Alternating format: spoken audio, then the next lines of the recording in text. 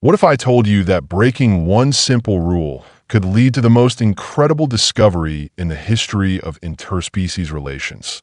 That's exactly what happened to Dr. Damon Thorne on a planet 47 light-years from Earth. And what these alien creatures did to thank him will completely change how you think about intelligence in the universe. Picture this. You're alone on an alien world, documenting creatures that could tear you apart in seconds. The number one rule drilled into every xenobiologist's head: never interfere with native species. Ever. But sometimes rules are meant to be broken. Damon had been working on Keplerium 9 for 8 long years. 8 years of maintaining professional distance. 8 years of watching, recording, never touching. That morning started like any other, calibrating his quantum imaging equipment by the shimmering Nova River, its waters glowing with an otherworldly light that would make Earth's aurora look like a dying flashlight. Then he heard a sound that would haunt his dreams and change his life forever.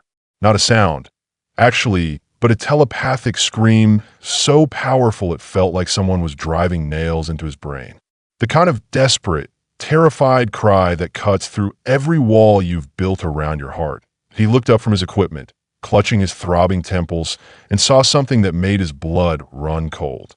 A tiny creature, no bigger than a house cat, but looking like a lion made of living starlight, was being swept away by the river's deadly currents. Its bioluminescent fur flickered like a dying Christmas tree as the plasma-charged water dragged it towards certain death. Now here's where it gets interesting. This wasn't just any river. The Nova River during ionic storm season is basically nature's death trap. Hidden quantum anomalies that can tear you apart at the molecular level. Gravity wells that appear without warning and suck you into parallel dimensions. In 8 years, Damon had seen this river claim dozens of lives. But something about that tiny creature's telepathic screaming broke through every rational thought in his head. I couldn't just watch it drown, Damon would later tell investigators, his voice still shaking from the memory. Every instinct I had as a human being overrode my training as a xenobiologist. Plus, the telepathic screaming was giving me the mother of all headaches. So he did something that should have gotten him killed that he dove in. The moment his body hit that iridescent water, Damon knew he'd made a terrible mistake. The river during ionic storm season isn't just dangerous, it's actively trying to kill you. Quantum anomalies lurked beneath the surface like invisible landmines. One wrong move, and you're not just dead, you're scattered across 17 different dimensions. As he fought through the churning currents, a chunk of antimatter struck his left shoulder, nearly knocking him into an alternate reality. Note to self, he grumbled through gritted teeth. Update my will to specify no quantum burial in alternative universe. But he kept swimming, kept fighting. Because that little creature's terror was broadcasting directly into his brain, and despite 8 years of professional training, Damon Thorne was still human enough to risk everything for a stranger.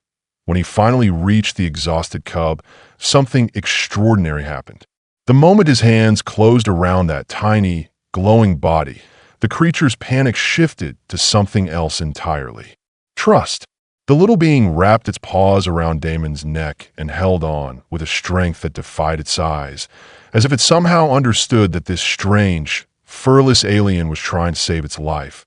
But Damon's problems were just beginning, because as he struggled back toward shore, fighting currents that seemed determined to drag them both to their deaths, he wasn't alone.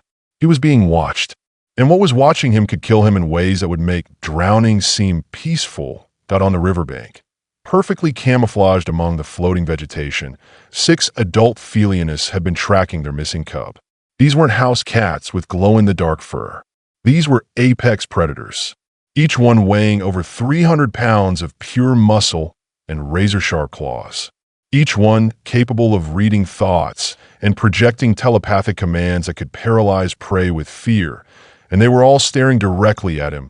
As Damon finally reached the shallow water, gasping and exhausted with the rescued cub clinging to his chest, he looked up to see his worst nightmare made real. The entire pack was there, arranged in a perfect semicircle around the water's edge. 5 females and 1 massive male with electric blue stripes running through his dark mane, all of them completely motionless, their double-pupilled amber eyes fixed on a human who was holding their young. "Well, this is awkward," Damon muttered, his voice barely a whisper. "I don't suppose you believe I found your kid like this at an interplanetary petting zoo?" His mind raced through his options and quickly realized he had exactly none. He was trapped in chest-deep water, holding Ophelia and his cub, with 6 full-grown alien predators blocking his only escape route. Everything he knew about their behavior told him this situation would end in tragedy, or at minimum, with him missing several important body parts. The largest female, clearly the pack's matriarch, took a step closer to the water. Her silver-white fur shimmered with neural patterns that Damon's translator implant couldn't decode. This was it. 8 years of careful research about to end in the most violent way possible. Damon held his breath, expecting teeth and claws, and a very brief, very painful ending to his career. But then something happened that would challenge everything scientists thought they knew about alien intelligence. The matriarch's eyes weren't filled with the cold calculation of a predator sizing up prey. Instead, Damon saw something that made his heart skip a beat. Something that shouldn't have been possible in a wild animal's gaze: recognition. And what looked impossibly like gratitude. The cub in his arms began emitting soft telepathic pulses, calling to his family with thoughts that felt like safe, warm home. The psychic signals seemed to break the tension, and what followed would be captured on Damon's neural recording implant. Footage that would later be analyzed by scientists across 17 star systems. Indoor thoughts. "Please, little guy." Damon winced as the cub's excited mental projections bounced around inside his skull like ping-pong balls made of pure emotion. The matriarch stepped into the shallow water, her massive paws creating ripples of light with each movement. Every muscle in Damon's body tensed, preparing for an attack that would never come. Instead, she stopped just 3 feet away and did something that defied every law of predator behavior in the xenobiology textbooks. She bowed. Not a threat display.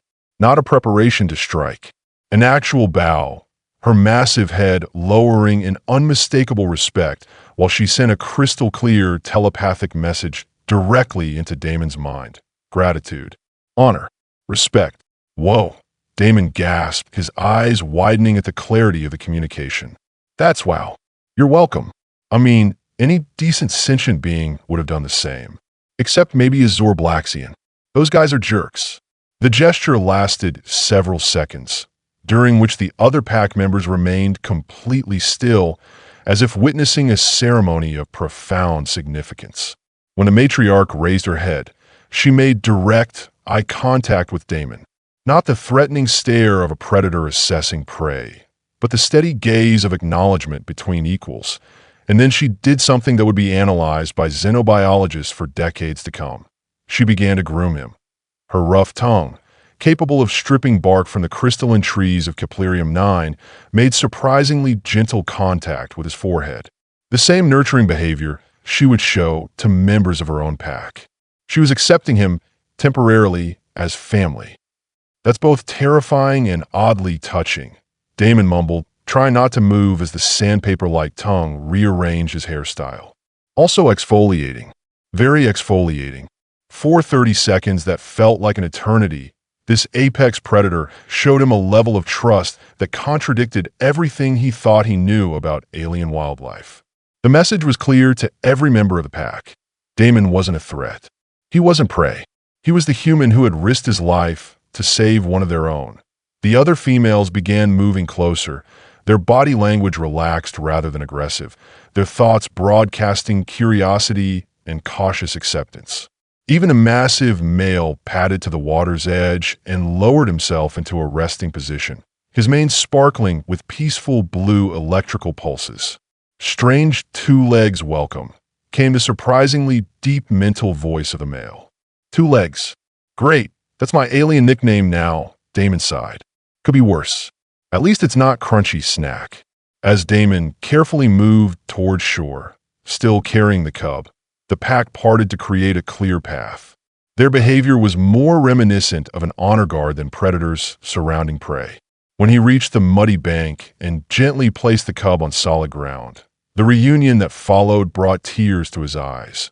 The matriarch rushed to her offspring, nuzzling him thoroughly while projecting waves of relief and joy so powerful that Damon found himself blinking back unexpected tears. The other females gathered around, each taking turns to examine the rescued cub, their thoughts a rainbow of emotions too complex for any translator to decode. But the story doesn't end there. Oh no, it gets even more incredible as Damon knelt on the riverbank, watching this intimate family moment unfold. He should have been terrified. Instead, he felt honored to witness something few humans had ever seen: the genuine emotional bonds within a felinist pack. These weren't just animals operating on instinct. These were beings capable of complex emotions, gratitude, and what could only be described as love. Dr. Sophia Embers, who later reviewed Damon's neural recordings, was stunned by what she observed. The grooming behavior exhibited by the matriarch is typically reserved for pack members, she explained during an interplanetary science conference. For a wild felinist to extend this gesture to a human suggests a level of cognitive recognition and gratitude that challenges our fundamental understanding of alien social intelligence. Also, I'm incredibly jealous. I've been studying these creatures for 20 years, and all I've gotten is 3 cracked ribs and a restraining order. But wait, there's more. Damon began to slowly back away, hoping to give the reunited family space. The felinist had other plans. The matriarch looked up from her cub and made a sound he had never heard in 8 years of documenting Keplerium wildlife. A gentle, rumbling call accompanied by a clear, telepathic command. Wait. Honor. Escort. What happened next will give you chills. The pack immediately responded, rising to their feet and positioning themselves in a formation that took Damon's breath away.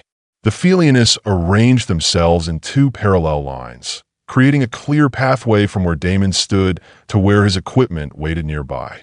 An escort formation, Damon whispered, his voice caught by his neural recorder. They're seeing me safely out. This is either the greatest xenobiological breakthrough of all time, or I've ingested some hallucinogenic river water, and I'm about to start seeing my childhood toys come to life. The matriarch took the lead position on Damon's right side, while the massive male moved to his left. The 4 other females flanked them, maintaining perfect spacing as they began a slow, ceremonial walk away from the riverbank. Damon found himself in the center of this extraordinary procession, surrounded by over 1,500 pounds of apex predators who were treating him like an honored guest rather than potential prey. The rescued cub, now recovered enough to walk, trotted alongside his mother, occasionally looking up at Damon with curiosity rather than fear. Every few steps, the youngster would brush against Damon's leg, a gesture of familiarity that left him speechless.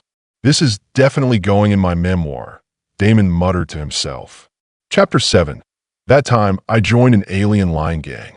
The publishing rights alone will pay off my student loans. When they reached his equipment, the pack came to a halt. What happened next would be replayed billions of times across the galactic network. The matriarch approached Damon one final time, her massive head tilting slightly as she studied his face. Then, in a gesture that redefined interspecies communication, she gently pressed her forehead against his. The same greeting behavior felionists used with trusted pack members. Brother of cubs, remembered always, came her clear, mental voice. Thank you, Damon whispered, not caring if the felionist could understand his words. Thank you for trusting me. One by one, each member of the pack approached Damon for a farewell. Brief touches with their noses, gentle rubs against his legs. Even a massive male participated, bumping Damon's shoulder with his enormous head before moving away. Return. Welcome always, the male projected, along with a mental image that Damon understood as directions to their territory. Did I just get invited to Alien Lion Thanksgiving? Damon wondered aloud. The rescued cub was the last to say goodbye.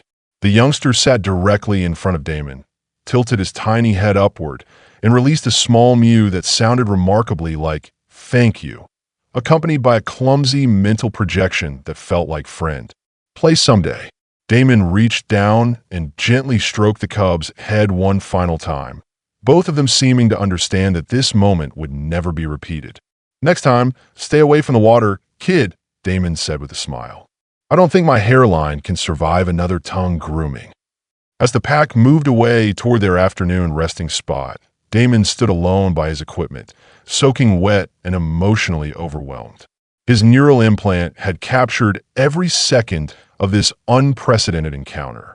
The footage would later be authenticated by wildlife experts, analyzed by xenobiologists, and featured in documentaries across 17 star systems. But here's the part that will really blow your mind. This wasn't a one-time event. Over the following months, as Damon continued his research on Keplerium 9, he encountered the same pack multiple times. Each time, the matriarch would acknowledge him with a gentle telepathic greeting. The cub he had saved, now growing into a magnificent adult, would approach his hover vehicle without fear, sometimes even using it as a vantage point for hunting. Local Keplerium guides began calling Damon Simba's brother, the man who had been adopted, however briefly, into a felinous pack. Tourism operators started offering Damon Thorne tours, hoping to recreate the magic of his encounter, though none ever came close to replicating the extraordinary trust and gratitude he had experienced at Dr.